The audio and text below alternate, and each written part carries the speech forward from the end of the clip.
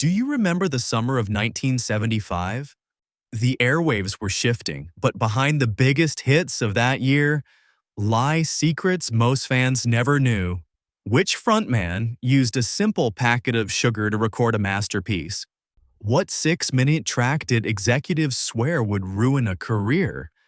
And whose recording session was interrupted by an unrecognizable ghost from their past? These are quiet stories of survival.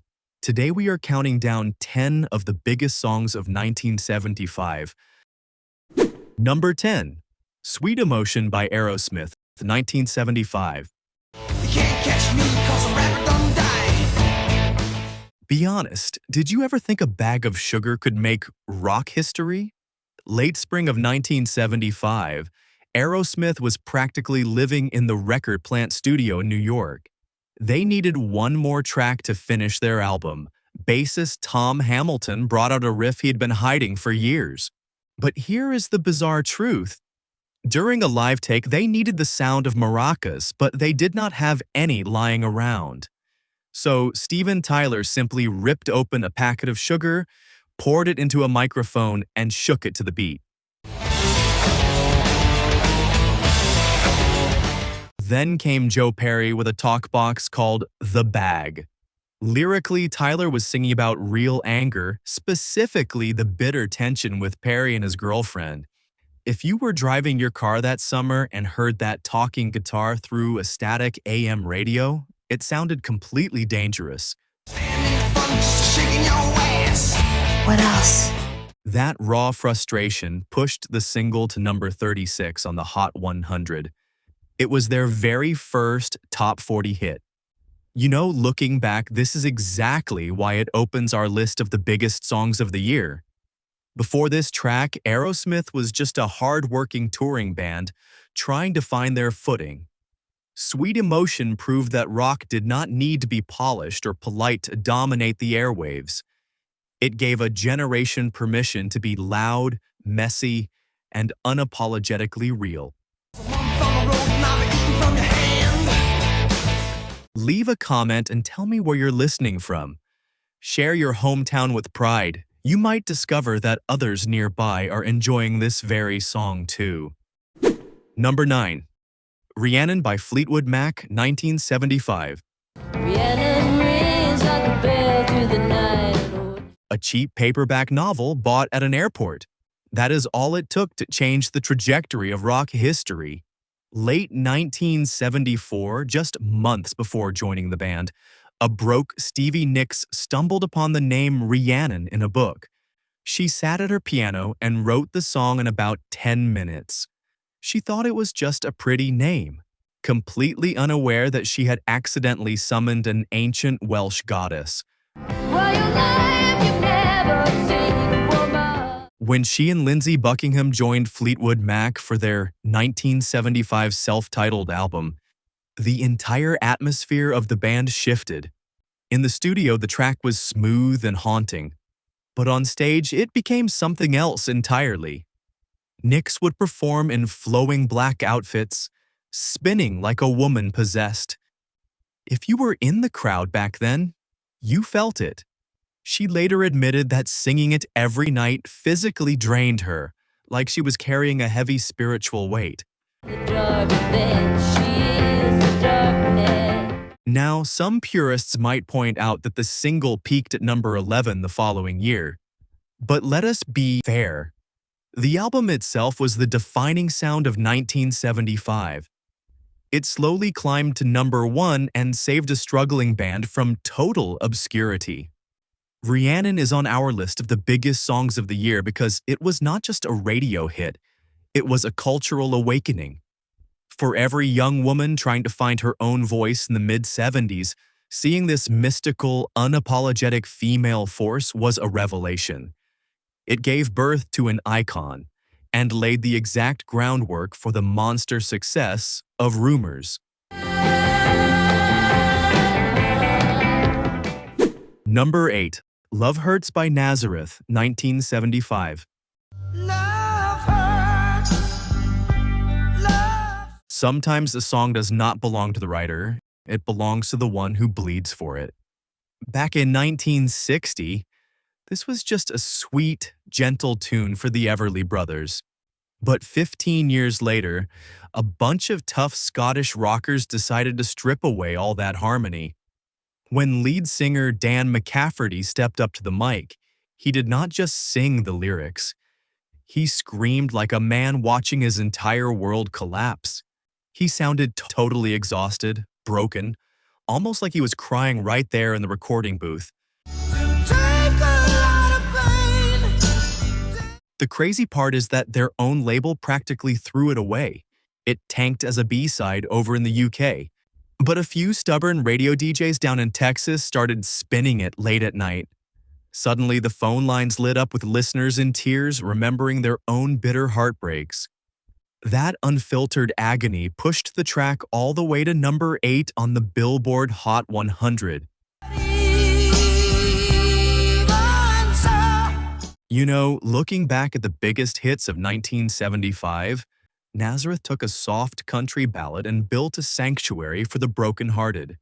For anyone who has ever survived a shattering loss, that raspy voice was like a quiet friend sitting next to you in the dark. It did not try to fix your pain. It just reminded you that you were not bleeding alone. love is just high. Number 7. Feel Like Making Love by Bad Company, 1975. I would give you both night and day. Let us travel to a cold, stone-walled 13th century castle in Gloucestershire. That is exactly where a band of supposed cast-offs decided to silence their critics. People called Bad Company a supergroup, but really, they were just refugees from Free, Mott the Hoople, and King Crimson. Many critics thought their first album was nothing more than a lucky break. And if I had those Paul Rodgers had been carrying the opening lyrics since he was 19 years old, just strumming them at a California campsite. But it was not a complete track until guitarist Mick Ralphs heard it and threw in that massive, heavy chorus riff. The result felt like two completely different songs stitched together. The verses were a soft, intimate whisper, and the chorus was a sudden punch to the gut. think about love. Recording inside Clearwell Castle gave the guitars a thick, natural echo that modern studios spend thousands trying to fake. You can practically hear the cold air of those medieval walls bleeding into the track. That raw instinct paid off beautifully. The single climbed to number 10 on the Hot 100. It proved they were no fluke. They were a genuine rock force. Paul Rodgers once joked that this track might be responsible for an entire generation of babies being born. And honestly, looking back at the mood of 1975, he might not be wrong. It taught us that sometimes the best response to doubt is not an argument, but a groove so heavy it just shuts everyone up. Love satisfied. Every song tells a story. What memory does this one bring back for you? Share it in the comments. You may find someone else smiling as they remember that very same moment. Number 6. Wish You Were Here by Pink Floyd, 1975. Do you think you could tell? Have you ever looked a dear friend right in the eyes and not recognized them at all? That is exactly what happened inside Abbey Road Studios. The band was busy mixing a tribute track for their former leader, Syd Barrett. He had stepped away 7 years earlier due to a devastating mental breakdown. According to several accounts from that day, a heavy-set, bald man with no eyebrows quietly walked into the control room. Drummer Nick Mason actually had to ask who it was. When they finally realized it was Syd, the very man they were writing this music for, it broke them. Some of the band members were reduced to tears right there in the studio. To capture that feeling of profound distance, they engineered the intro to sound like it was playing from a cheap AM radio miles away. It was not just a clever production trick. It was the physical sound of unreachable isolation. The album sold 250,000 advance copies in the UK alone and hit #1 across the Atlantic. But honestly, the chart numbers mean very little here. This track belongs on our list because it captures a universal heartbreak. As we get older, we all have someone we wish we could pull back from the edge. It reminds us that sometimes the ghosts that haunt us the most are still alive. Running over the same old ground. Number 5. Sister Golden Hair by America, 1975. But I keep on thinking about you, sister. We all have that one song we sing along to, without ever realizing how sad the words actually are. At first glance, this is just a breezy, sun-drenched California tune. But pay attention to the story.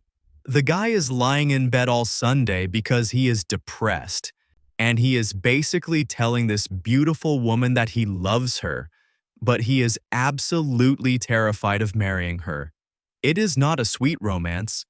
It is the confession of a man who is completely emotionally unavailable. When a woman sure can be a friend of mine. And here's the real kicker about the production. Do you know who helped shape this laid-back American track? George Martin, the exact same legendary producer who built the sound of the Beatles. Songwriter Jerry Beckley even admitted at the opening guitar riff was a direct nod to George Harrison. They managed to sneak a very British perfectionism into a dusty American highway song.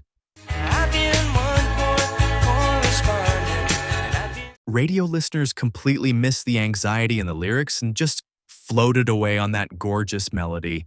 It smoothly sailed to #1 on the Hot 100. Placing this right in the middle of our 1975 countdown is no accident. Sister Golden Hair is the ultimate disguise. It represents an era when you could hide your deepest insecurities behind a sunny acoustic guitar. For those of us who lived through the 70s, it is a gentle reminder that sometimes the prettiest smiles hide the most complicated hearts. make it. I don't mind saying I just can't make it. Number 4. Born to Run by Bruce Springsteen, 1975. Imagine your entire dream slipping through your fingers. At 25 years old, Bruce Springsteen was staring at the end of his career. His first 2 albums had completely failed to find an audience. His label was ready to drop him. He had exactly one last chance to prove he belonged in the music business. So he decided to make the biggest sounding rock record humanly possible. He spent 6 agonizing months in a cramped studio working on just this one track. He wanted to recreate that massive wall of sound technique from the 60s. At one point, he layered 24 different guitar tracks over each other, just to capture the thundering noise he heard in his head. But the true emotional core of the track came at the very end. Clarence Clemons stepped up and delivered a saxophone solo that felt like a pure cry for freedom. When the album finally dropped, it shot to #3 on the charts. But here is the fascinating truth. The single itself only reached #23 on the Hot 100. Chart positions do not measure cultural impact, though. Springsteen ended up on the covers of Time and Newsweek in the exact same week. He took the desperation of feeling trapped in a small town and turned it into an anthem for escape. It was a beautiful gamble that saved his life and gave the world The Boss. Number 3. Lion Eyes by Eagles, 1975. Late at night, the big old house gets lonely. A dimly lit booth in a Los Angeles bar, the soft clinking of cocktail glasses, and a quiet observation. That was all it took to capture a human tragedy. Glenn Frey and Don Henley were having drinks when they noticed a beautiful young woman sitting with a much older, wealthy man. Someone at their table whispered that she could not hide those lying eyes. The 2 musicians grabbed a paper napkin and wrote the entire story in just 2 nights. I guess every form of refuge has its But recording it was a completely different beast. We often think of country rock as loose and natural, but their studio obsession bordered on madness. Listen closely to the very first line of the song. Producer Bill Zimchik actually spliced that single sentence together from 6 different takes. Even the individual syllables of the opening words were stitched together to hit the absolute perfect emotional pitch. You can't hide your light. That stubborn pursuit of perfection pushed the track to number 2 on the Billboard Hot 100 and crossed over to become a massive country hit. It is so easy to float away on that gentle melody and completely ignore how devastating the lyrics are.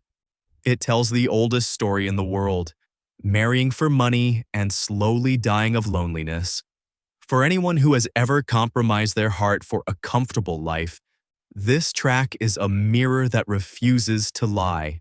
there ain't no way to hide your light. Number 2, Bohemian Rhapsody by Queen, 1975. Mama, life had just begun. There used to be an unspoken rule in the music industry. Keep it under 3 minutes and always include a catchy chorus. Freddie Mercury decided to take that rule book and completely throw it out the window. He had been carrying the words, "Mama just killed a man," in his head since the late 60s. When he finally brought it to the band, he had the entire 6-minute rock opera perfectly mapped out in his mind. If I'm not back again this time tomorrow. The studio process was absolute madness. They recorded hundreds of vocal overdubs, singing for 10 to 12 hours a day. Guitarist Brian May later said they ran the tape over the recording head so many times, they could hold it up to the light and actually see right through it. The physical tape was literally wearing away to nothing. The record executives were absolutely terrified. They said it was way too long and way too weird for radio. But a stubborn London DJ named Kenny Everett sneaked it onto the airwaves 14 times in one weekend. The response was immediate. Fans rushed to record stores, buying up 20,000 copies a day. It became a daily ritual, standing in long lines just to own a physical piece of this strange masterpiece. It held the number 1 spot in the UK for 9 straight weeks. Looking back now, it is hard to imagine a world without this track. It taught us that true art does not fit into a neat little box. If for those of us who remember dropping the needle on that heavy vinyl, it was a beautiful reminder that sometimes the craziest ideas are the ones that end up outliving us all. Number 1, Kashmir by Led Zeppelin, 1975. Have you ever taken a long, quiet drive through the desert, just watching the endless sand roll by? Back in 1973, Robert Plant was driving down the Atlantic coast of Morocco. He was completely mesmerized by that vast, empty landscape. He started writing lyrics right there in the passenger seat. The working title was simply Driving to Kashmir. It had absolutely nothing to do with the actual region in South Asia. The music itself was born out of pure boredom. Jimmy Page and drummer John Bonham were just killing time in a drafty old house, waiting for their bass player to show up. Page started messing around with an unusual guitar tuning, and Bonham locked into the heavy rhythm instantly. To make it sound even more massive, they brought in outside string and brass players. That was something this band almost never did. You will not find this track on any Billboard Hot 100 charts from that year. They stubbornly refused to cut it down and release it as a single. But chart numbers do not define a work of art. When Jimmy Page stepped onto the stage on their 1975 tour wearing his embroidered dragon suit, striking those hypnotic Eastern chords. It became the defining visual of 70s rock. Both Page and Plant have said, if you want to know what Led Zeppelin was truly about, do not listen to Stairway to Heaven. Listen to this. It is a heavy, spiritual journey that proves the greatest song of the year did not need top 40 radio to outlast us all. We have shaken a sugar packet with Aerosmith, watched a reel of tape wear away for Queen, and sat in a quiet studio with the ghost of a dear friend. These are not just tracks on a vinyl record. They are the beautiful, messy fingerprints of our youth. They remind us that 1975 was not just a year. It was a feeling we will carry forever. If you want to keep this time machine running, hit that subscribe button. Before I sign off tonight, tell me down below, which of these melodies brings back your most precious memory? Mama, life is just